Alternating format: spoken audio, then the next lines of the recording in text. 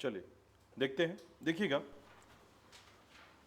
हम जो है पंचायती राज व्यवस्था देख रहे हैं और पंचायती राज व्यवस्था के अंतर्गत जो है सबसे महत्वपूर्ण बिंदु पर हम आज हैं, जिसे हम कहते हैं 73वां संविधान संशोधन, ठीक है, 1992 या 1992, ठीक है।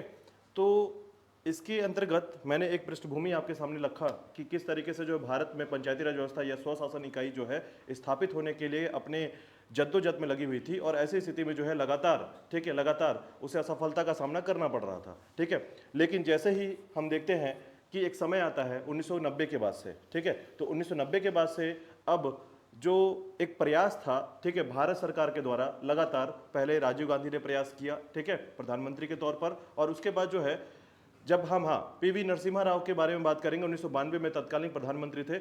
इन्होंने जो है राजीव गांधी के इस प्लान को जो है एग्जीक्यूट करते हुए, याद रखिएगा, इस प्लान को एग्जीक्यूट करते हुए, जो कि एक महात्मा गांधी के सपने के साकारिता के संबंध में जुड़ा हुआ था, इसको जो है रीप्लानिंग कर दिया गया, ठीक है। और यह समय था 1992, याद रखिएगा।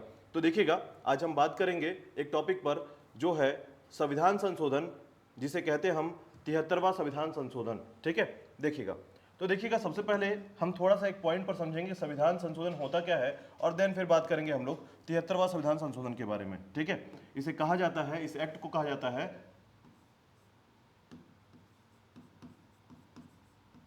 पंचायती राज अधिनियम विधेयक 1992, याद रखिएगा। इस एक्ट को कहा जाता है पंचायती राज अधिनियम विधेयक 1992, ठीक है। और यह एक्ट कैसा था, और इस एक्ट में हम जाने से पहले हम बात करेंगे क्या कि देखिए, ये एक्ट जो है पहले 64वां और 65वां में पहले भी आया हुआ था, ठीक है, और लोकसभा में पारित भी हो गया था। तो समझिएगा, कोई भी संशोधन, ठीक है, दो ही प्रकार का होता है। संशोधन क्या होता है, पहले एक बात में देखिएगा,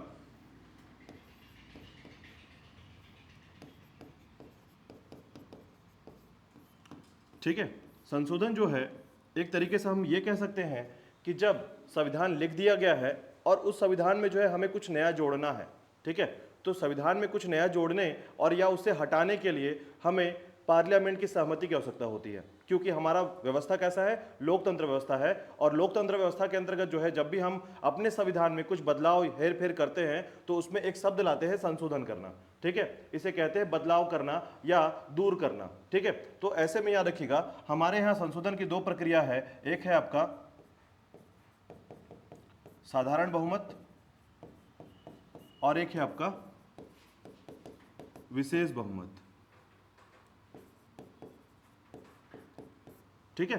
साधारण बहुमत और विशेष बहुमत से संशोधन होता है, याद रखिएगा। अब ये संशोधन की प्रक्रिया कैसे काम करती है, इसको थोड़ा समझिएगा कि जो संशोधन होता है, ठीक है, संशोधन का प्रक्रिया क्या होता है। तो आप एक बात याद रखिएगा कि हमारे पार्लियामेंट प्रणाली में, ठीक है, जिसे हम कहेंगे, देखिएगा, तो ऐसे में पहले हम इसको समझते हैं, ठीक है, कि हमारा जो पार्लियामेंट प्रणाली होता है, ठीक है,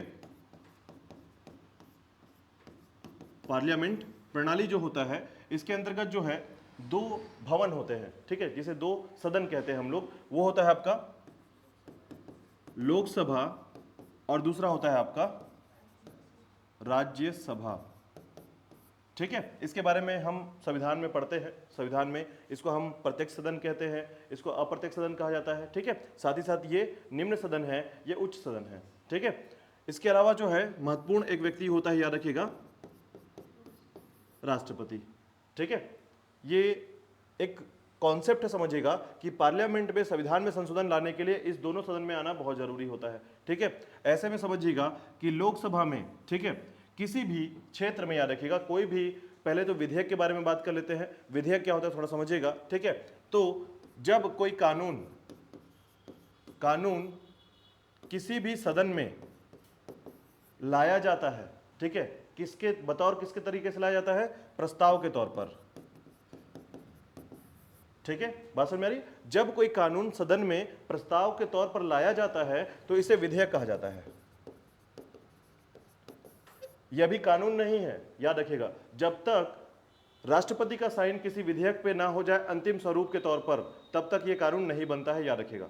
ठीक है, तो समझिएगा कि जब कोई कानून, ये जब हम इसे कानून कह ले रहे हैं, बट ये कानून नहीं है यहाँ पर। ठीक है, केवल एकमात्र एक व्यक्ति का एक मनसा है, या फिर ये कह सकते हैं कि जिस पार्लियामेंट के क्षेत्र में, ठीक है, होता क्या है, मैं एकदम साधारण सी बात अगर करूं तो देखिएगा, बिलासपुर जो आपका कॉन्स्टिट्यूंसी है, ठीक है, बिलासपुर कॉन्स्टिट्यूंसी है, यहाँ पर अग्रवाल जी खड़े हैं, ठीक है, यहाँ पर विधायक हैं, विधायक जी जाएंगे और बोलेंगे कि रिवर व्यू में फलाने जगह पर एक टावर होना चाहिए जिससे पूरा बिलासपुर अच्छे से दिखना चाहिए।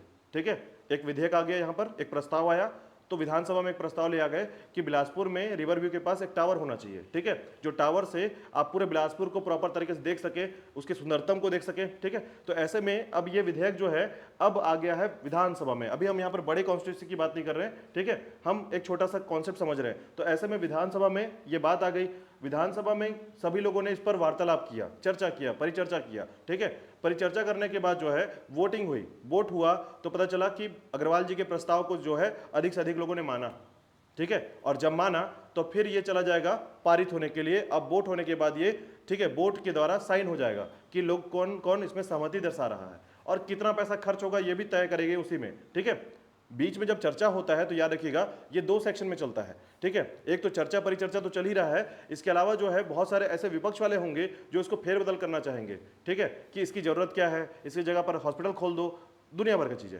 लेकिन कहीं ना कहीं जो है बोर्ड से अगर ये जीतते हैं तो ये प्रस्ताव जो है अब कहां चला जाएगा, पारित होने के लिए चला जाएगा। और पारित होने के बाद जो है ये राज्यपाल के पास पहुंचेगा, राज्यपाल हस्ताक्षर कर देंगे और हस्ताक्षर करने के बाद जो है ये कानून बन गया कि यहां पर क्या बनेगा, टावर बनेगा। ठीक है, तो इस तरीके से जो है ये कानून बनता है। उसी प्रकार संविधान संशोधन भी होता है, याद रखिएगा। संविधान संशोधन में हमारे पास अधिकांश प्रक्रिया साधारण बहुमत से होती है। ठीक है, संविधान संशोधन में अधिकांश प्रक्रिया कैसे होती है, साधारण बहुमत से। साधारण बहुमत का मतलब याद रखिएगा 1/4 लोकसभा में या सदन में उपस्थित जो व्यक्ति हैं जो कि वोट दे सकते हैं। ठीक है, पहला तो उपस्थित होने वाले लोगों की संख्या, दूसरा जो वोट दे सकते हैं। हर कोई वोट नहीं दे सकता। ठीक है, मतलब हर कोई बैठा है तो ऐसा नहीं कि वोट दे सकता है, लेकिन जो वोट दे सकता है प्लस जो उपस्थित है उनका 1/4 हिस्सा जो है अगर वोट देता है तो साधारण बहुमत से वो पारित हो जाता है। ठीक है, और वही विशेष बहुमत क्या होता है, 2/3 होता है। ठीक है, मतलब 3 में से 2 को सेलेक्ट करना या वोट देना जरूरी है। ठीक है, ये थोड़ा मुश्किल होता है, 3 में से 2 लोग को मनाना बहुत मुश्किल है। 4 में से 1 को मनाना आसान है। ठीक है, 4 में से 1 को कुछ पैसा दे दिए, कुछ भी कर दिए, जो भी है। ठीक है, तो समझिएगा इसी तरीके से संविधान संशोधन होता है। ठीक है, अब आते हैं वापस अपने टॉपिक पे। ठीक है, क्लियर है यहां तक? तो समझिएगा कि किसी भी चीजों में, लोकसभा हो, राज्यसभा हो, 3 घटनाओं से चीजें गुजरती हैं। ठीक है, पहला होता है प्रस्ताव को लाना, प्रस्ताव पे परिचर्चा, और दूसरा प्रस्ताव का पारित हो जाना। ये 3 घटनाओं से गुजरता है। यहां भी यही गुजरेगा, यहां भी यही गुजरेगा। ठीक है, और उसके बाद याद रखिएगा राष्ट्रपति द्वारा जो है ये हस्ताक्षर को जाता है, और हस्ताक्षर के बाद याद रखिएगा ये अधिसूचित हो जाता है। ठीक है, और जब जैसे ही ये अधिसूचित हो जाता है ये पूरे भारत में लागू हो जाता है। ठीक है, क्लियर है? तो संशोधन कुछ इस तरीके से होता है। चलिए आगे देखते हैं। तो एक बस बेसिक था, आपको थोड़ा सा जानना था। अगर आपकी जानकारी में है तो ये बहुत अच्छी बात है। ठीक है, तो देखिएगा पंचायती राज अधिनियम जो है विधेयक, इसके संबंध में 2-3 बातें याद रखिएगा। सारे फैक्ट्स पर ही चलेंगे हम लोग। ठीक है, तो याद रखिएगा इस विधेयक का नाम जो है इसे कहा जाता है 73वां संविधान संशोधन। ठीक है, इसका नाम है 73वां संविधान संशोधन। इसका मतलब इसे 73वां नाम से जाना जाता है। ठीक है, तो याद रखिएगा 73वां संविधान संशोधन जो है इसके संबंध में आपको 2 बातें याद रखनी है। ठीक है, पहला कि इसे लोकसभा में कब पारित किया गया था। ठीक है, दूसरा इसे राज्यसभा में कब पारित किया गया। तो याद रखिएगा लोकसभा और राज्यसभा।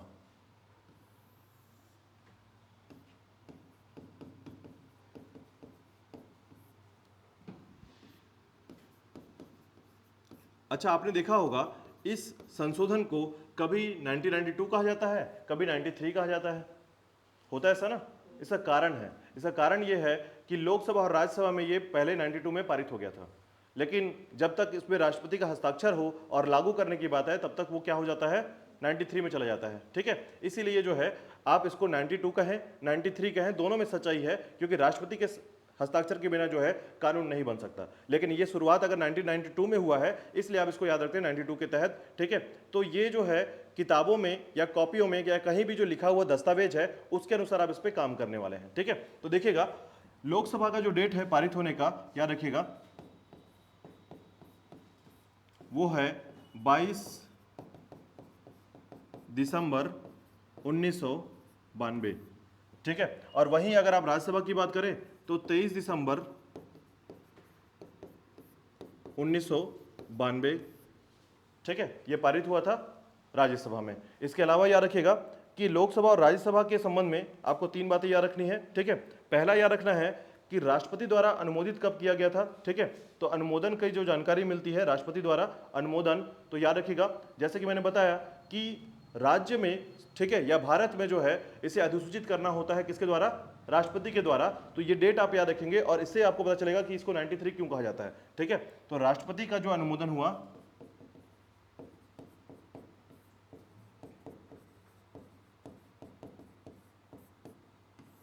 ठीक है, तो राष्ट्रपति के अनुमोदन का डेट याद रखिएगा, ये अप्रैल में हुआ था, ठीक है, 20 अप्रैल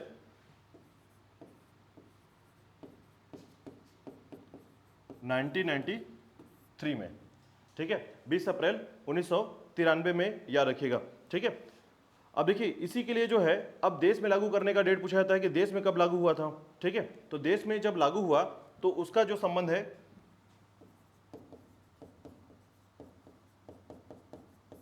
देश में लागू, डेट याद रखिएगा 24 अप्रैल 1993, और इसी दिन को जो है हम पंचायती राज दिवस के रूप में मनाते हैं, याद रखिएगा 24 अप्रैल को, ठीक है।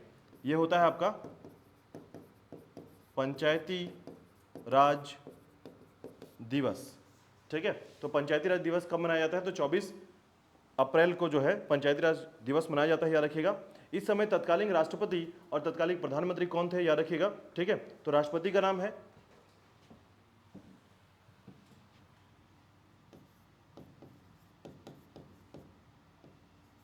तत्कालीन राष्ट्रपति शंकर दयाल शर्मा,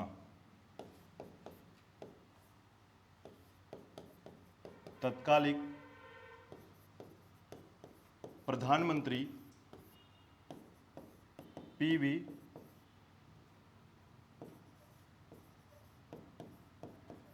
नरसिम्हा, ठीक है। तो ये फैक्ट याद रखिएगा, बहुत साधारण सा फैक्ट है, ठीक है, याद रखिएगा। अब इसी के तहत याद रखिएगा कि अब इस संविधान में क्या क्या जोड़ा गया, क्या प्रावधान लाया गया, इसके बारे में बात करेंगे। लेकिन फिलहाल ये पूरे कॉन्सेप्ट को याद रखिएगा कि ये घटना क्या थी, ठीक है। तो पीवी नरसिम्हा ने जो है आगे सपना साकार करते हुए जो है अब याद रखिएगा, ठीक है, लक्ष्मीमल जो संघवी समिति थी, ठीक है, संघवी समिति जो थी, इनकी बातों को, सिफारिशों को और गॉडगिल समिति की सिफारिशों को जो लगभग यह तय करना चाहते थे कि संविधान में इनको संवैधानिक दर्जा दिया जाए, ठीक है। तो यहां से उठाकर याद रखिएगा, जहां पर देखिए आप बोलेंगे कि संविधान में तो पहले से लिखा हुआ है तो उसमें दर्जा क्यों नहीं है, तो याद रखिएगा जो डीपीएस होता है, ठीक है, भाग 4 होता है, वहां पर राज्य जो है बाध्यकारी नहीं है, ठीक है। बात समझ आ रही है? बाध्यकारी का मतलब यह है कि आप ऐसा कह सकते हैं कि हमारा जो सिस्टम है, ठीक है, यह सिस्टम में कहीं कहीं पर कुछ लचीलापन दिया गया है, ठीक है, लचीलापन दिया गया है। जैसे आपने देखा होगा भारत में जनसंख्या है हमारी काफ़ी ज़्यादा, हमारे ट्रैफिक रूल्स थोड़े लचीले हैं, ठीक है। हालांकि इसको देखा जाए तो कभी भी पुलिस पकड़कर आपको फिर 500 रुपये 2000 रुपये ले लेती है, तो वो अलग बात है। लेकिन फिर भी आप यहाँ पर घर से बाहर निकलकर सड़क पे देखते हैं कोई हेलमेट ज़्यादा नहीं लगाता, ये लचीलापन हो गया, ठीक है। लेकिन अगर यही पुलिस सामने खड़ी हो जाए तो तुरंत हेलमेट लगना चालू हो जाता है, ठीक है।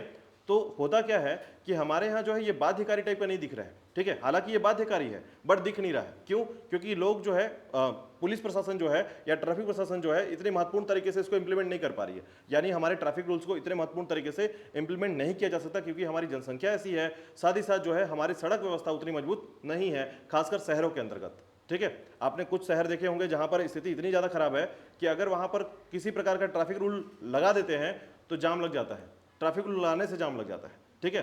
तो इसका कारण है क्योंकि हमारी इस तरीके की सिचुएशन है।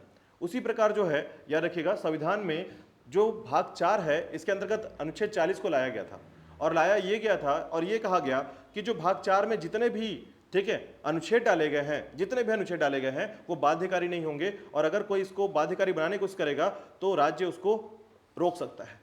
ठीक है, तो ये हो गया, यानी कि पंचायती राज जो है बाध्यकारी नहीं था। तो ऐसी स्थिति में जो है लगातार, जो कि मैंने कारण बताया आपको कि इसके फेल होने का कारण क्या था, तो बाहुबलियों का ज्यादा महत्व होना, ठीक है, प्रभाव ज्यादा होना, ठीक है, धन का अभाव हो जाना, ठीक है, संपत्ति या प्रॉपर्टी की कमी होना, ऐसे बहुत सारे कारण थे जिसके कारण पंचायती राज व्यवस्था को लागू नहीं किया जा सका था। ठीक है, और राज्य भी ये चाहती थी कि फंडिंग हमारे हाथ में हो, सरपंच और बाकी लोकल जो गवर्नर है, ठीक है, जो गवर्नमेंट चलाने के लिए तैयारी कर रहे हैं, जो लोकल तरीके से, चाहे वो छोटे स्तर पर हो। देखिए, आप जब लोकसभा का चुनाव देखते हैं, दिल्ली में आके बैठ जाते हैं, समझिएगा बात को, कि लोकसभा का चुनाव में आपने चुनाव दिया, ठीक है, चुनाव दिया, जिसको भी जिता के लाया, क्या आपके घर के आसपास होता है कोई? वो सीधे दिल्ली में बैठते हैं। ठीक है, उसके बाद अगर आप विधानसभा के चुनाव में जिताते हैं तो राज्य के कैपिटल में जाके बैठते हैं, रायपुर में। आपके आसपास कौन है जो गवर्नर करे? ठीक है, तो गवर्न करने का जो बात है, या कि जिसको आप खड़ा कर सकें ऐसे जगह पर जो हमारे लिए काम करे, ठीक है, तो हमारे लिए काम करने में वो लोग दूर दूर हैं, मोदी जी, ठीक है, या फिर आप हमारे साई जी की बात कर लें, ठीक है, तो मुख्यमंत्री प्रधानमंत्री हमसे काफी दूर होते हैं और हम अपनी दिनचर्या के साथ उनको नहीं जोड़ सकते। ऐसे में हमें चाहिए कि हमारे आसपास जो है या हमारे क्षेत्र पर गवर्न करे और हमारे सिस्टम को ठीक करे। ठीक है, तो ऐसी स्थिति में याद रखिएगा कि हमारा जो पूरा सिचुएशन होता है, ऐसे में पंचायती राज व्यवस्था इस चीजों को पूरा करता है। ठीक है, तब जाकर जो है याद रखिएगा पीवी नरसिम्हा राव ने जो है इस प्रस्ताव को लाया, ठीक है, और इस प्रस्ताव को लोकसभा और राज्यसभा में पारित कराया। और याद रखिएगा यह बहुत बड़ा मील का पत्थर बना कि पंचायती राज व्यवस्था को जो है, जिनके बारे में आपने कभी कुछ नहीं सुना होगा, उन दो व्यक्तियों ने मिलकर इसको कॉन्स्टिट्यूशन में जगह दे दिया। ठीक है, और इस तरीके से जो है 73वां संविधान संशोधन पारित हो गया था, याद रखिएगा। और समझिएगा लोकसभा में कब पारित हुआ है, राज्यसभा में कब पारित हुआ है, और यहां पर राष्ट्रपति का अनुमोदन देखिए कितना लेट आया हुआ है। ठीक है, तो याद रखिएगा 20 अप्रैल 1993 देश में लागू हुआ है 24 अप्रैल, और सबसे पहली बार किस राज्य में स्थापित हुआ है? मध्य प्रदेश में। याद रखिएगा, क्योंकि आपको यहां पर राजस्थान याद नहीं करना है, मैंने बताया था राजस्थान की कहानी अलग है, ठीक है, और यहां पर कहानी बिल्कुल अलग है। तो याद रखिएगा सबसे पहली बार, ठीक है, लागू होने वाला राज्य है मध्य प्रदेश। ठीक है, तो मध्य प्रदेश में सबसे पहली बार राज्य में यह लागू हुआ था, याद रखिएगा सबसे पहले। आगे पढ़ेंगे डिटेल पे, देखिएगा। ठीक है, तो देखिएगा संविधान में जोड़े गए प्रावधानों के अनुसार, अब थोड़ा सा प्रावधानों की बात कर लेते हैं, फिर आगे कहानी पर चलेंगे, लेकिन फिलहाल प्रावधान देखिएगा। ठीक है, अब इसका प्रावधान क्या क्या है उसको समझिएगा।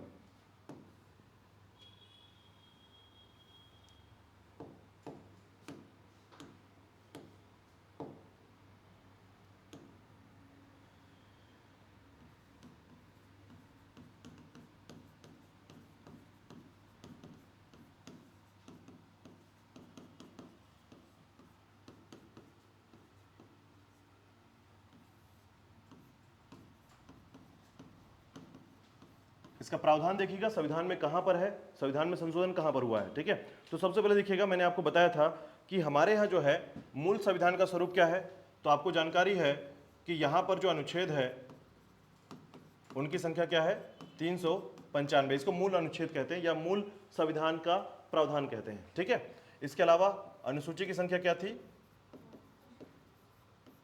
8, और भाग की संख्या क्या थी?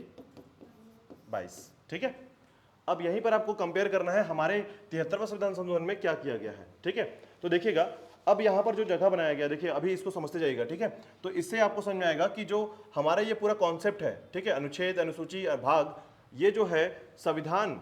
ठीक है, मैं फिर से दोहराता हूं, एक बात समझिएगा, संविधान का साधारण सा अर्थ होता है संविधान। ठीक है, यानी भारत के क्षेत्र में रहने वाले जो लोग हैं उनके लिए एक समान विधान की बात की जा रही है, जो एक दूसरे के, ठीक है, एक दूसरे के प्रॉपर, ठीक है, समझिएगा कि अगर कोई व्यक्ति किसी दूसरे के कानून का हनन करता है या किसी दूसरे के, ठीक है, अधिकार का हनन करता है, तो ये संविधान है उसकी रक्षा करने के लिए। ठीक है, तो ऐसे में समझिएगा कि यह जो संविधान है, इसी में इस बात को पुट किया गया कि 73वां संविधान संशोधन कैसा होगा। ठीक है, तो अब देखिएगा इसी को हम समझेंगे। तो समझिएगा सबसे पहले कि इसमें जो भाग रखा गया वो था आपका 9, भाग 9, याद रखिएगा भाग 9 में, ठीक है, जहां पर यहां पर भाग 22 है, तो 22 भाग तो पहले लिखे जा चुके हैं, तो भाग 9 का याद रखिएगा। ठीक ठीक है। अगर देखिए मैं इसको थोड़ा सा भाग को आपको याद कराऊं, थोड़ा सा आप याद करने की कोशिश कर सकते हैं, ठीक है, आपको याद भी होगा थोड़ा सा। तो आपको याद होगा कि मैंने बताया था कि भाग 7 निरसित कर दिया गया था, ठीक है। भाग 7 को निरसित करने का मतलब होता है उसे हटा देना, ठीक है। कारण ये है कि देशी रियासतों की संख्या जो है, जो कि हमारा 600 मैंने बताया था आपको, 600 में से 58 चला गया पाकिस्तान, ठीक है। 552 की संख्या में जो है चीजें यहां पर थी, ठीक है। तो ऐसे स्थिति में याद रखिएगा, ठीक है। ऐसे सिचुएशन में हमारे पास देशी रियासत जो थी, ठीक है, देशी रियासत जो थी, इनकी भी समाप्ति हो गई, क्योंकि इसको विलय कर दिया गया भारत के संघ में, ठीक है, राज्य के साथ। जैसे मैसूर रियासत, तो मैसूर रियासत कर्नाटक बनकर तैयार हो गया, ठीक है। कोचीन और त्रावणकोर केरल बनकर तैयार हो गया, ठीक है। उसी प्रकार गुजरात का हिस्सा जो है, सौराष्ट्र जो था, गुजरात बना, ठीक है। तो ऐसे में करके क्या हुआ कि बहुत सारे राज्य बन गए और रियासतें गायब हो गई। तो रियासत के लिए जो कानून लिखा गया तो उसका काम खत्म हो गया था, तो भाग 7 को हटा दिया गया, ठीक है। उसके बाद यूनियन टेरिटरी के लिखा गया भाग 8 को, ठीक है। यूनियन टेरिटरी के संबंध में जो भी प्रावधान लिखे गए हैं वो भाग 8 में लिखे गए हैं। अब इसके बाद 9 की बात जब आती है, गवर्न की बात आती है, स्वशासन इकाइयों की बात आती है, तो भाग 9 में लिखा गया है इस बात को कि बाकी जितनी छोटी इकाइयां होंगी, ठीक है, जो कि एक ग्रामीण स्तर पर, एक गांव के स्तर पर और शहरी स्तर पर जो भी इकाइयां होंगी जो कि गवर्न करेंगी एक क्षेत्र को, वो भाग कहां लिखा गया है, भाग 9 में लिखा गया है। तो भाग 9 के अंतर्गत जोड़ जोड़ कर याद रखेगा 9 का, 9 ख और 9 ग तक चीजों को डाल दिया गया यहां पर, ठीक है। तो भाग 9 जो है यह दर्शाता है किसको, पंचायती राज व्यवस्था को, याद रखिएगा।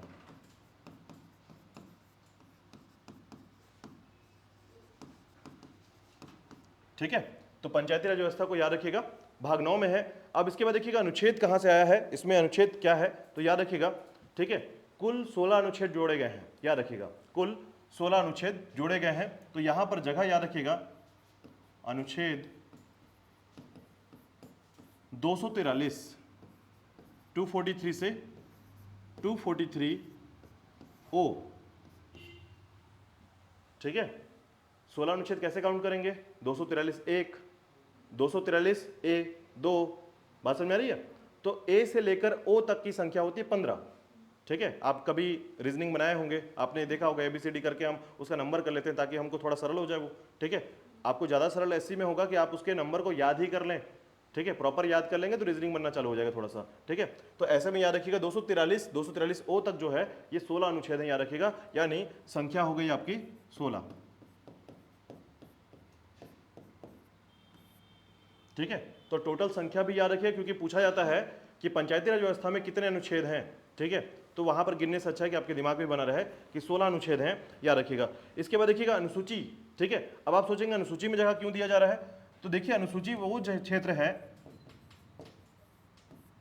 जहां पर, ठीक है, अनुसूची वह क्षेत्र है जहां पर हम कुछ विषयों को या कुछ कानून को प्रतिपादित करते हैं, ठीक है। हालांकि दोनों जगह पर रूल्स लिखे हुए हैं, अनुच्छेद में भी और अनुसूची में भी, ठीक है।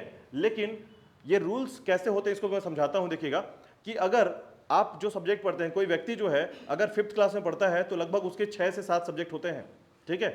तो इन सब्जेक्टों में आपका रूल्स कैसा होगा, जैसे अगर मान लीजिए कि हमारा सब्जेक्ट हो गया, ठीक है, सब्जेक्ट का मतलब यहां पर विषय से है, ठीक है। तो विषय के संबंध में जो रूल्स बनाए जाएंगे वो अलग होगा और एक व्यक्ति के लिए जो कानून बनाया जाएगा वो अलग होगा।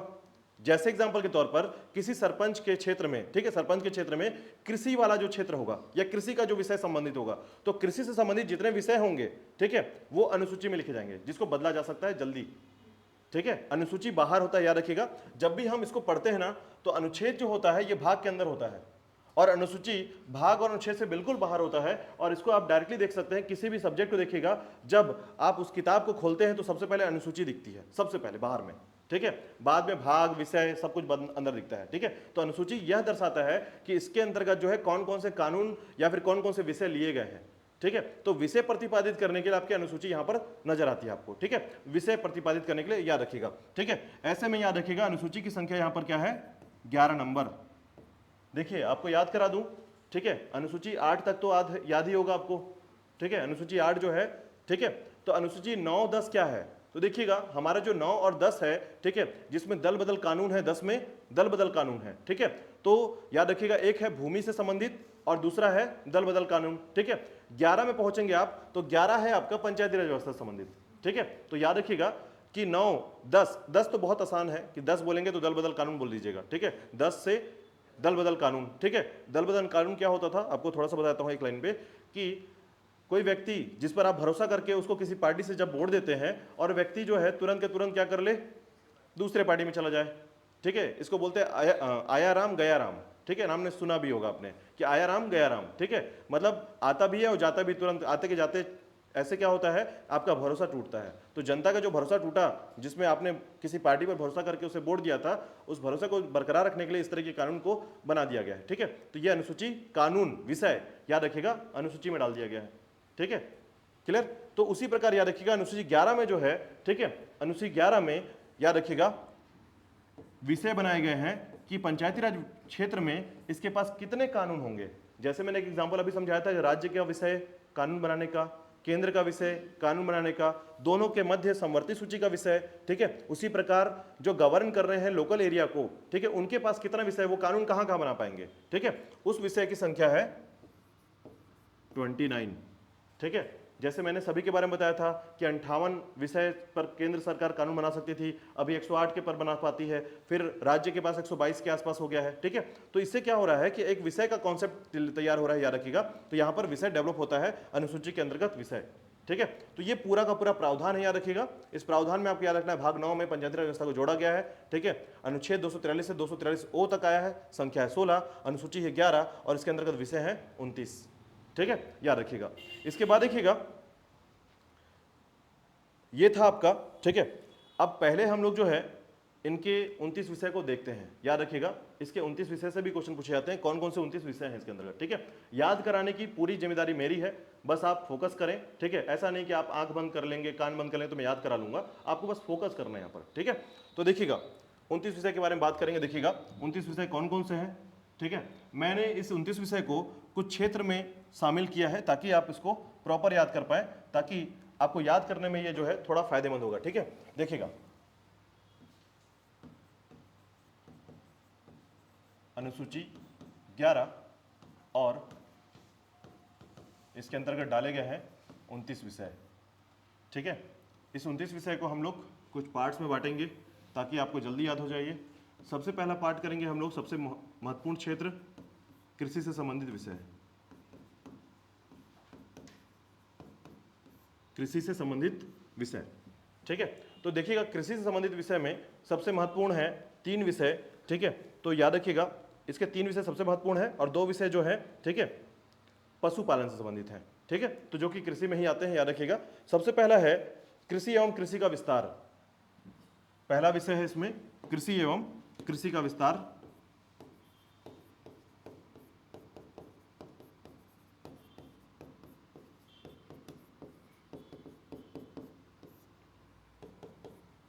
ठीक है। कृषि एवं कृषि का विस्तार, याद रखिएगा। अपने क्षेत्र में जो लोकल बॉडी है या लोकल गवर्न है वो क्या करेगा, कृषि और कृषि क्षेत्र का विस्तार करेगा, ठीक है। उसके लिए कार्य करेगा, उसके लिए कानून बनाएगा। यानी ये विषय क्या है, याद रखिएगा, उसके कानून बनाने की शक्ति है, ठीक है। इन क्षेत्रों में वो क्या कर सकता है, कानून बना सकता है और कृषि से और कृषि का विस्तार कर सकता है यहाँ पर, ठीक है, याद रखिएगा। इसके अलावा याद रखिएगा भूमि विकास, भूमि सुधार, चकबंदी, चकबंदी, ठीक है, चकबंदी और भूमि संरक्षण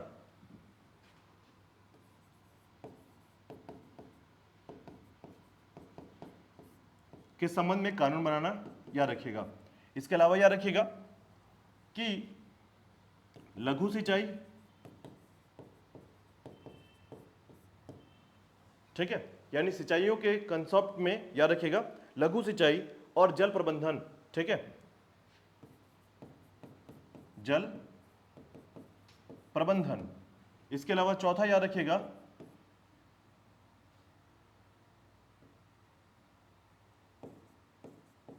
पशुपालन, डेयरी, ठीक है, पशुपालन और डेयरी से संबंधित कानून बनाना, ठीक है। पशुपालन और डेयरी, डेयरी उद्योग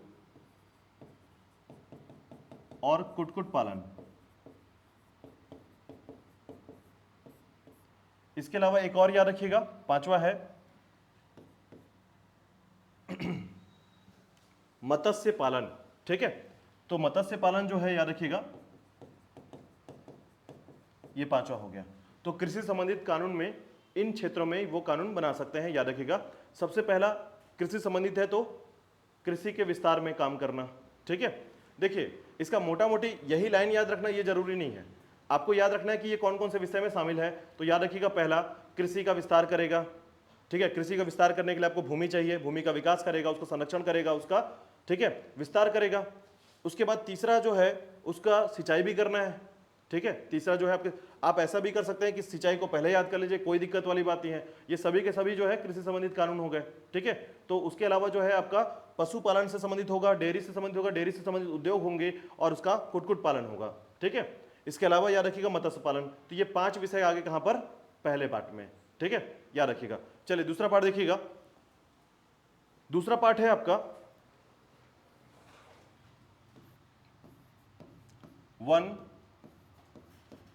वनोपज, ठीक है, वनोपज और उद्योग से संबंधित।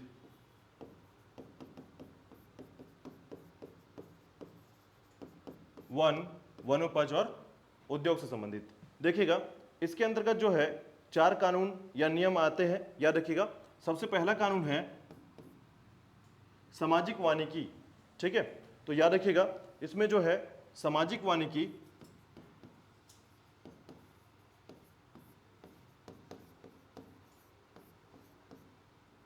सामाजिक वानिकी।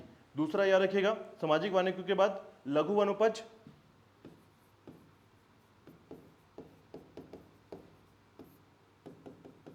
ठीक है, लघु वनोपज।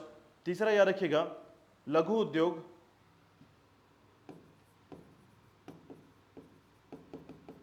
एवं इसी के अंतर्गत खाद्य प्रसंस्करण, खाद्य प्रसंस्करण। चौथा याद रखिएगा खादी ग्रामोद्योग एवं कुटीर उद्योग, खादी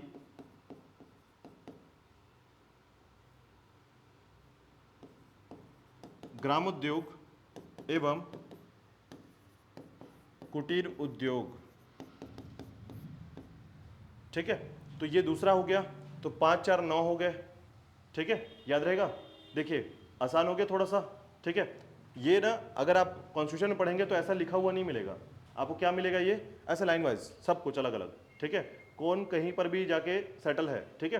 तो ऐसे में क्या होगा कि आपको पढ़ने में फिर याद करने में दिक्कत आएगी। इसीलिए मैंने इसको क्या किया, कृषि संबंधित कानून बना दिए है। इसको मैंने बना दिया है वन एवं वनोपज से उद्योग से संबंधित कानून, ठीक है। तो विषय के अनुसार जो है 9 विषय आपको बहुत जल्दी याद हो जाएंगे, ठीक है। तो पहला विषय क्या बोलता है, कृषि संबंधित के अंतर्गत 5 विषय इसके अंतर्गत डाल दिए गए हैं, ठीक है। याद रखिएगा कि अगर हम लोग प्राथमिक सेक्टर को देखें, ठीक है, पहला सेक्टर को देखें तो वो हमारा कृषि ही होता है, ठीक है। उसी के अंतर्गत याद रखिएगा पशुपालन, मत्स्य, डेयरी उद्योग सब इसी में शामिल है, ठीक है। वहीं अगर हम लोग देखें वनोपज को तो वनोपज भी प्राथमिक में आता है, ठीक है। तो ऐसे में याद रखिएगा सामाजिक लघु वनोपज, लघु उद्योग और खाद्य प्रसंस्करण एवं खादी ग्राम उद्योग एवं कुटीर उद्योग इसमें शामिल हो रहा है, ठीक है। तो 4 यहां पर हो गए, 5 वहां पर हो गए, टोटल हो गए 9, ठीक है। 20 और देखते हैं, देखिएगा कौन कौन से 20 और हैं, ठीक है। अब देखिएगा क्षेत्रों के अंतर्गत मूल आवश्यकताओं का नाम दिया मैंने इसे, ठीक है। क्षेत्रों के अंतर्गत मूल आवश्यकताएं देखिएगा,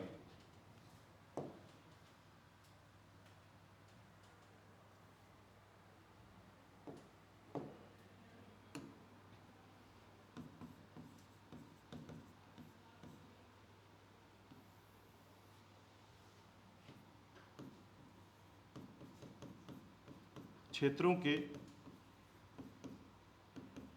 अंतर्गत मूल आवश्यकताएं, ठीक है। क्षेत्रों के अंतर्गत मूल आवश्यकताएं यानी कि जिस भी क्षेत्र में आपका ग्रामीण जो गवर्न क्षेत्र है, ठीक है, लोकल क्षेत्र है, उसके अंतर्गत कौन कौन सी मूल आवश्यकताएं होती हैं। तो जैसे कि आपका ग्रामीण आवास, ठीक है, ग्रामीण आवास चाहिए। दूसरा होता है पेयजल की व्यवस्था, है ना। जो भी क्षेत्र है याद रखिएगा इसके अंतर्गत जो है पेयजल, ठीक है। उसके अलावा इसके अलावा और क्या क्या चीज चाहिए होता है आपको, तो ग्राम विद्युतीकरण,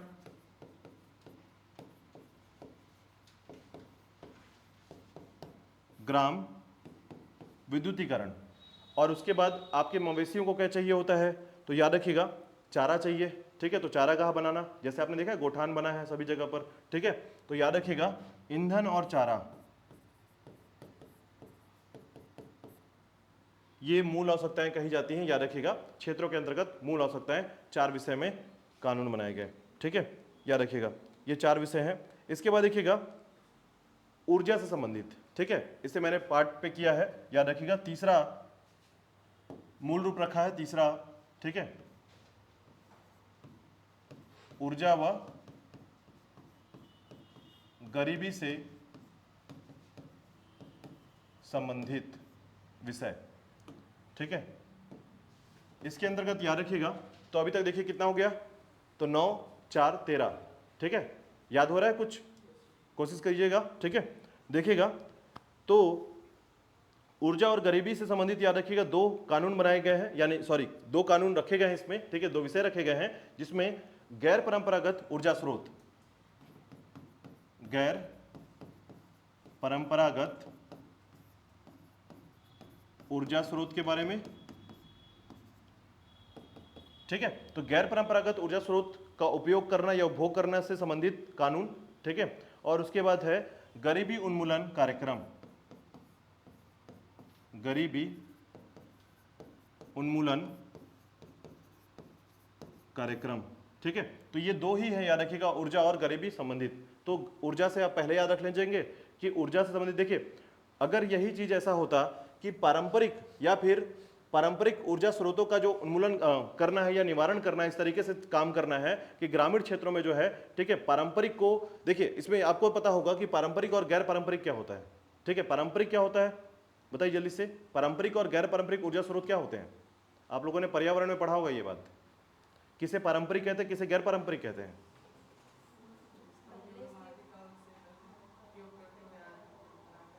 हाँ, एक आध एग्जाम्पल बताइए।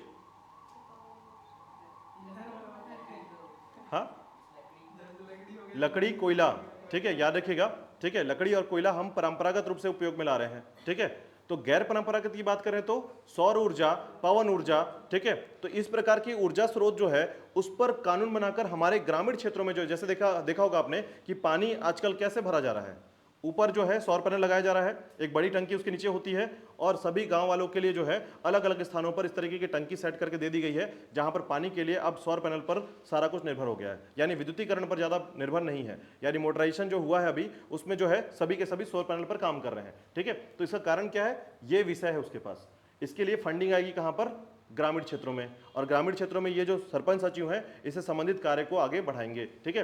तो इसका कारण यह है कि उनके पास कानून का ये पावर है कि अपने क्षेत्र में जो है, ठीक है, गैर परंपरागत जो स्रोत हैं उसका अधिक से अधिक जो है क्षेत्र विस्तार करें, ठीक है। दूसरा, गरीबी उन्मूलन कार्यक्रम, याद रखिएगा, गरीबी उन्मूलन कार्यक्रम के तहत जो है प्रधानमंत्री से फंड आता है, ठीक है, और इसके बाद जो है गरीबी उन्मूलन कार्यक्रम चलाए जाते हैं, ठीक है। जैसे एग्जाम्पल के तौर पर आप बोलेंगे कौन कौन से ऐसे तरीके होते हैं, तो योजनाओं में आपको बता दूं कि कुशल जो कारीगर हैं उनके लिए किट भेजे जाते हैं। कुशल कारीगर का मतलब जैसे बढ़ई है, तो लकड़ी से संबंधित जितने भी काम उसके कराए जाएंगे तो उसके लिए किट भेजा जाएगा, ठीक है। तो वो काम करेगा, उसके पास किट आएगा, तो किट आएगा तो वो क्या करेगा, अधिक से अधिक क्षेत्रों में काम करेगा, ठीक है। तो इससे क्या होगा, गरीबी उन्मूलन होगा, धीरे धीरे हर क्षेत्र के लोगों को जो है अपना कहीं ना कहीं सब्सिडी देना या किसी प्रकार के कार्य को, देखिए जब सब्सिडी आता है ना, जैसे मान लीजिए प्रधानमंत्री से कोई फंड आ गया गरीबी उन्मूलन के लिए, तो ये आएगा सीधे कहां पर, आपके ग्रामीण क्षेत्रों में, ठीक है। और वहां से सरपंच क्या करेगा कि देखेगा कि कौन कौन ऐसे व्यक्ति हैं जो गरीबी रेखा से नीचे रहते हैं, उनका लिस्ट तैयार करेगा और उनको क्या करेगा, सब्सिडी के लिए पैसा प्रोवाइड करेगा बैंक खातों से, ठीक है। तो ये कौन कर रहा है, गरीबी उन्मूलन जो है आपके पंचायती राज के अंतर्गत चल रहा है ये, ठीक है। चलिए तीसरे नंबर पर देखिएगा, इसके बाद है, ठीक है, ऊर्जा एवं गरीबी उन्मूलन से संबंधित क्षेत्र हो चुके हैं। अब देखिएगा संस्कृति से संबंधित, ठीक है, संस्कृति से संबंधित,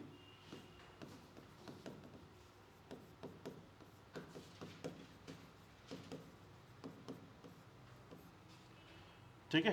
संस्कृति संबंधित याद रखिएगा कि पंचायती राज व्यवस्था जो है यह भी निर्धारित करेगा कि उस ग्रामीण क्षेत्रों में, ठीक है, जैसे आपने सुना होगा कि नारायणपुर में जो है मड़ई मेला लगता है, तो कुछ क्षेत्रों में, कुछ मंदिरों में, कुछ क्षेत्र की सांस्कृतिक जो महोत्सव हैं, ठीक है, विशेष तौर पर अगर मान लीजिए राजिम ग्रामीण क्षेत्र में आता है या नगरीय क्षेत्र में आता है और राज्य के जो लोग हैं ये कंडक्ट ही ना कर पाए या फिर ऑर्गेनाइज ना कर पाए किसको, वहाँ के मेले को, ठीक है, तो फिर कहीं ना कहीं दिक्कत आने चालू हो जाएगी। ठीक है, ऐसे में जो है यह निर्धारित किया जाता है कि उस क्षेत्र में जो पंचायती राज व्यवस्था चल रही है उसके अंतर्गत सांस्कृतिक महोत्सव का भी बराबर समायोजन करना आवश्यक है।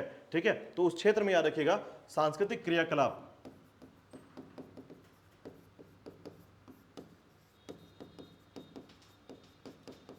सांस्कृतिक क्रियाकलाप का समायोजन करना। ठीक है, इसके अलावा याद रखिएगा बाजार तथा मेले का आयोजन करना, बाजार तथा मेले का आयोजन करना। ठीक है, तो बाजार और मेला, जैसे कि मैंने बताया कि आपको यहां पर बाजार लगाना, जैसे आपने देखा होगा हमारे बिलासपुर में ही देखिए। ठीक है, बिलासपुर में हर दिन का एक बाजार है। ठीक है, सोमवार को छोड़ दें तो, ठीक है, बाकी बुधवार ही जाएंगे रेलवे के पास है, गुरुवार को जाएंगे तो फिर आपका, ठीक है, ये नेहरू चौक के आसपास वाला एरिया, ठीक है, और शनिचरी तो परमानेंट है ना। तो इसका मतलब है कि ये कौन तय किया था? क्या शुरू से ये नगरीय निकाय में आता था? नहीं। ठीक है, पहले ये ग्रामीण क्षेत्र से जुड़ा हुआ था। ठीक है, जूना बिलासपुर, उसके बाद फिर धीरे धीरे इसका आकार बढ़ता गया, जनसंख्या बढ़ती गई और इसकी जनसंख्या, ठीक है, शहरी आवास में ज़्यादा कन्वर्ट हुआ और इसके बाद जो है नगरीय प्रशासन को इसको महत्वपूर्ण क्षेत्र मिला। आपको बता दूं यहाँ पर जिला पंचायत भी है और नगर निगम भी है। ठीक है, तो इस तरीके से यहाँ पर गवर्न करने के लिए दोनों बॉडी यहाँ पर काम करती है। एक आपका जिला पंचायत अपने क्षेत्रों में, ठीक है, ग्रामीण क्षेत्रों में जिला पंचायत और शहरी क्षेत्रों में आपका नगर निगम। ठीक है, यहाँ की सड़क कौन बनवाती है? नगर निगम बनवाती है। यहाँ का लाइट व्यवस्था कौन देखेगा? नगर निगम देखेगा। लेकिन अगर यही मस्तूरी की बात करेंगे या ऐसे ग्रामीण क्षेत्रों की बात करेंगे जो ग्राम पंचायत, जनपद पंचायत और जिला पंचायत के अंतर्गत आते हैं, वो सभी पर गवर्न करने का काम कौन करेगा? वहां से होगा। ठीक है, ऐसा होगा। तो याद रखिएगा दोनों अलग अलग क्षेत्रों से काम चलता है और दोनों, ठीक है, हर जगह पर, अधिकांश जगहों पर ऐसे आपको दोनों बॉडी मिलेंगे जहां पर नगरीय निकाय को संभालने के लिए और आपके ग्रामीण निकाय को संभालने के लिए इस तरीके के, ठीक है, गवर्न एरिया मिलते हैं। ठीक है, याद रखिएगा। तो ऐसे में याद रखिएगा बाजार और मेले का आयोजन करना हर क्षेत्र में पंचायती राज व्यवस्था का ही एक सुदृढ़ विषय है। ठीक है, याद रखिएगा। इसके बाद देखिएगा, इसके बाद है आपका स्वास्थ्य से संबंधित विषय। ठीक है, यहीं पर हम देखेंगे स्वास्थ्य से संबंधित विषय।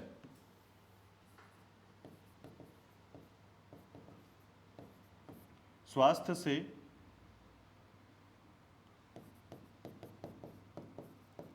संबंधित विषय। ठीक है, स्वास्थ्य संबंधित विषय का मतलब सीधा सा याद रखिएगा कि प्राथमिक उपचार केंद्र की स्थापना करना। ठीक है, मतलब अपने अपने क्षेत्र में प्राथमिक या डिस्पेंसरी की जो है, ठीक है, औषधालय की स्थापना करना। ये आपको याद रखना होगा कि स्वास्थ्य संबंधित विषय में, ठीक है, प्राथमिक स्वास्थ्य केंद्र,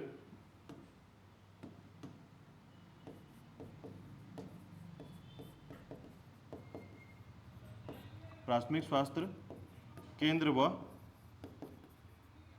औषधालय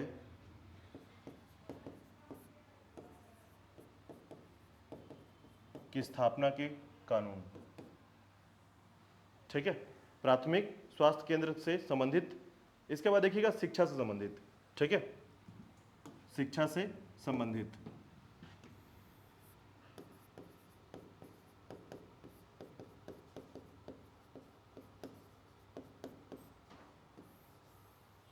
इसके अंदर देखिएगा शिक्षा संबंधित, कभी कभी आपको अभी आगे जाकर पढ़ेंगे, ठीक है, हालांकि आपसे कभी ऐसा पाला नहीं पड़ा हो कि अगर ग्रामीण क्षेत्र के स्कूलों में आपने पढ़ा हो, ठीक है, जैसे मान लीजिए कोई ग्राम पंचायत के अंतर्गत कोई स्कूल है जो 12 तक का स्कूल है, ठीक है, आपने वहाँ पर कभी सर्वे करते देखा है ग्राम पंचायत के सदस्य या फिर कोई पंच या फिर कोई सरपंच उप सरपंच को?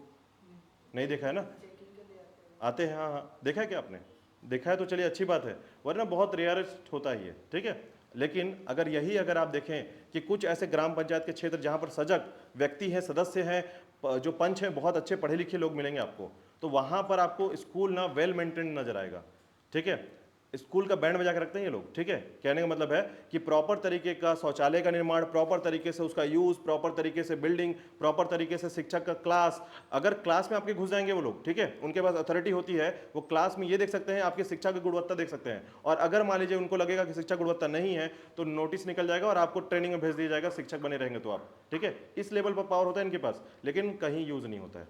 क्यों? क्योंकि ये तो सोचते हैं गुरु गुरु हैं, ठीक है, और गुरु जो है कहीं और है। तो ऐसे में क्या होता है कि ये सिस्टम जो है ना, अगर हम प्रॉपर पंचायती राज व्यवस्था के पावर को देखें तो इसके पास बहुत पावर होता है, लेकिन प्रॉपर तरीके से इसका उपयोग नहीं हो पाता, केवल और केवल कारण है शिक्षा का अभाव।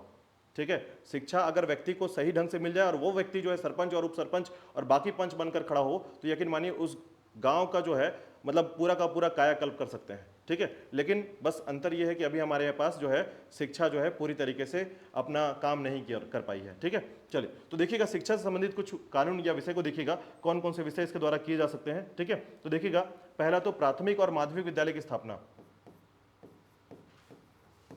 प्राथमिक, अच्छा ये स्थापना नहीं करती है, याद रखिएगा, इसके लिए कानून की व्यवस्था से यानी राज्य सरकार को अपना वो करा सकती है। ठीक है, इंप्लीमेंट करने के लिए बात कर सकती है। ठीक है, इसके पास इतना फंड नहीं होता कि ये जाकर स्कूल खोल दे।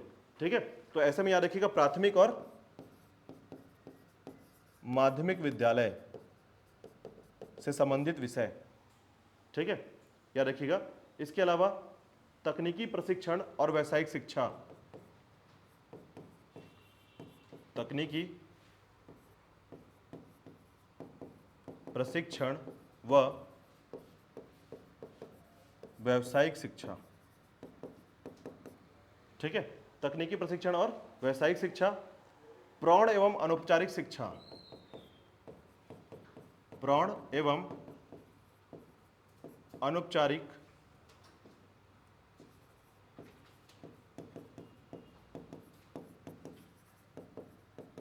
शिक्षा।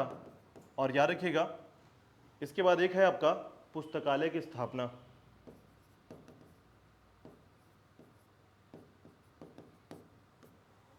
ठीक है, तो ये है सभी पावर, याद रखिएगा। इसके बाद अंतिम है, याद रखिएगा, जो सबसे ज़्यादा महत्वपूर्ण माना जाता है। ठीक है, और यहीं से क्वेश्चन सब ज़्यादा पूछे जाते हैं। ठीक है, देखिएगा अंतिम बिंदु, अभी तक हमने कितना पढ़ लिया 23 के आसपास हो गया होगा।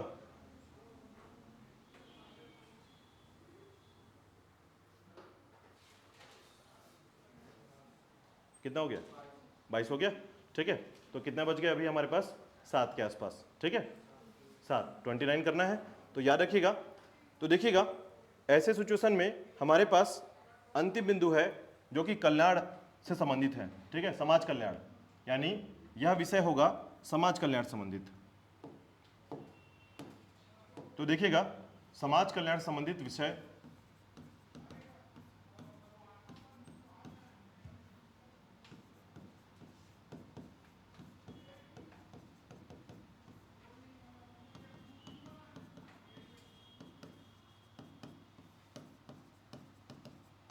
समाज कल्याण से संबंधित विषय, याद रखिएगा इसमें है परिवार कल्याण,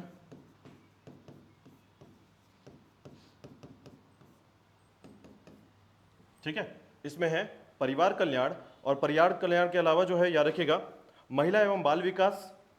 ठीक है, महिला एवं बाल विकास कल्याण, महिला एवं बाल विकास कल्याण, महिला एवं बाल विकास कल्याण। ठीक है, इसके अलावा याद रखिएगा सार्वजनिक वितरण प्रणाली,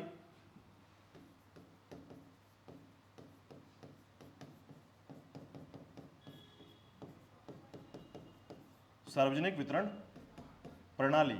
ठीक है, इसके बाद याद रखिएगा सामुदायिक अस्थियों का अनुरक्षण,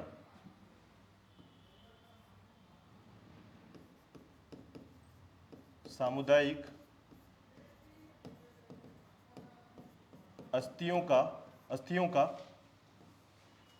अनुरक्षण।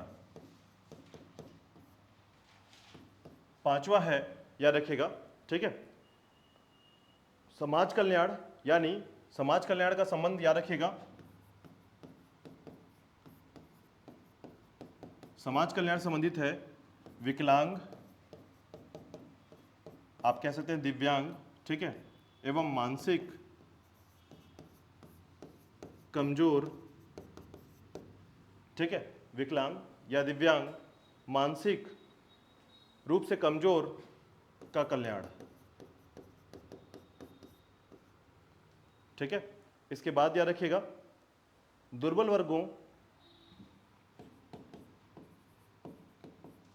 दुर्बल वर्गों, विशेष तौर पर अनुसूचित जनजाति, जाति, पिछड़ा वर्ग, ठीक है, पिछड़ा वर्ग के कल्याण से संबंधित,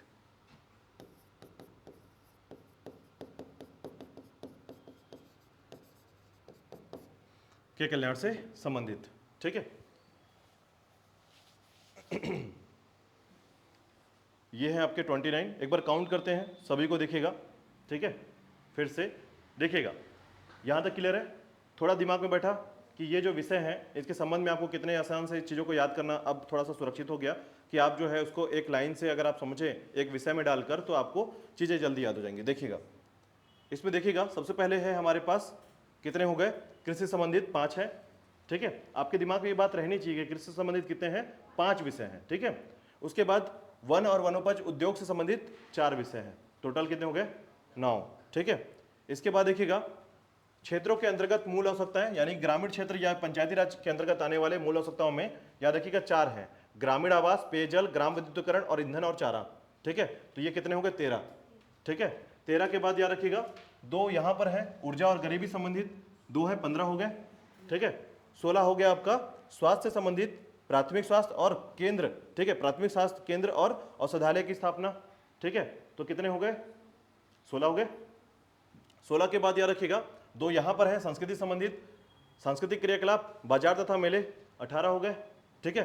18 के बाद याद रखिएगा 4 यहाँ पर है, ठीक है, 22 हो गए, प्राथमिक, तकनीकी, प्रौढ़ एवं पुस्तकालय, ठीक है। इसके बाद देखिएगा, इसके बाद होता है, अच्छा 28 हो रहे हैं, ठीक है, एक छूट रहा है क्या,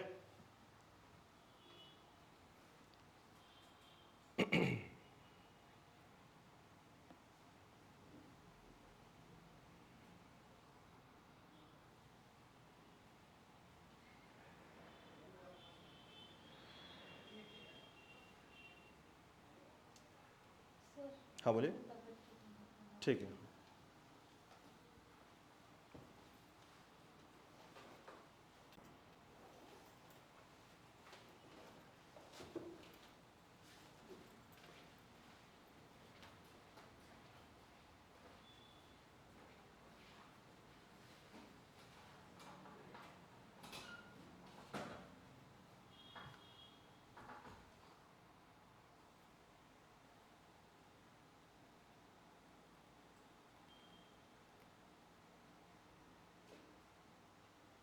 एक याद रखिएगा, आपके यहां पर याद रखेंगे आप, ठीक है, बाग बगीचे का निर्माण, ठीक है, बाग बगीचे का निर्माण याद रखिएगा, ठीक है। यानी ग्रामीण क्षेत्रों में जो है बाग बगीचे जो है, ठीक है, विशेष तौर पर, ठीक है, बाग बगीचों का निर्माण, आप यहां पर इसको डाल दीजिएगा,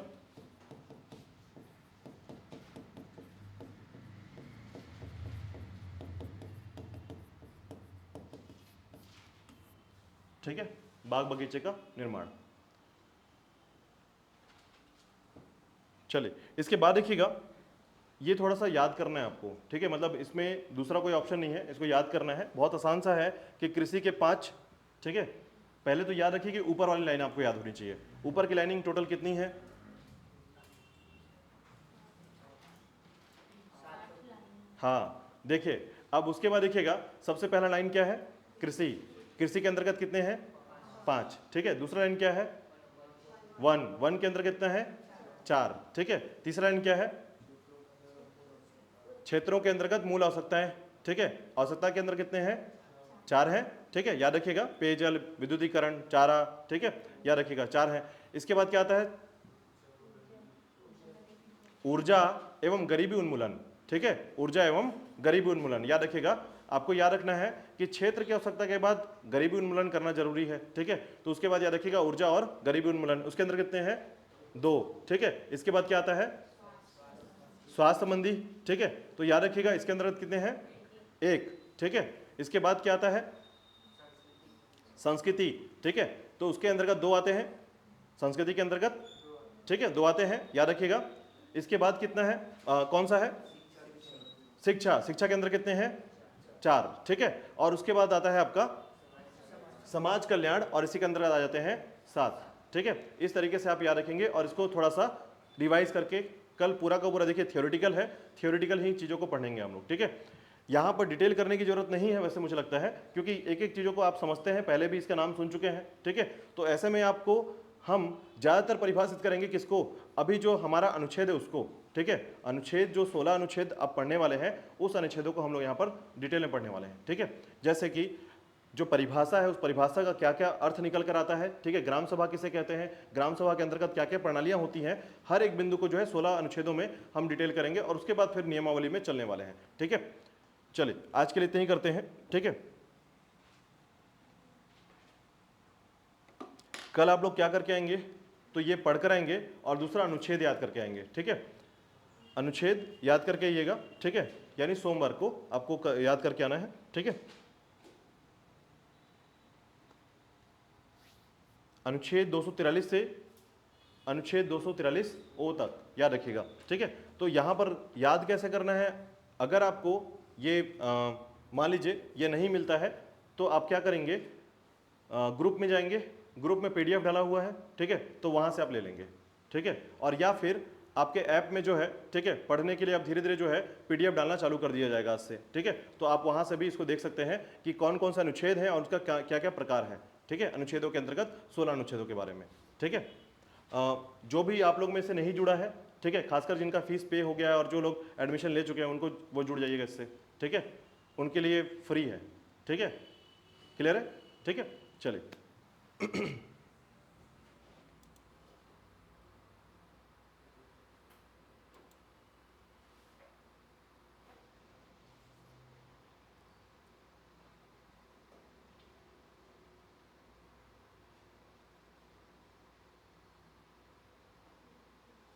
आप में से कोई क्लास को ज्वाइन कीजिएगा, जुड़े हुए हैं क्या कोई इसमें,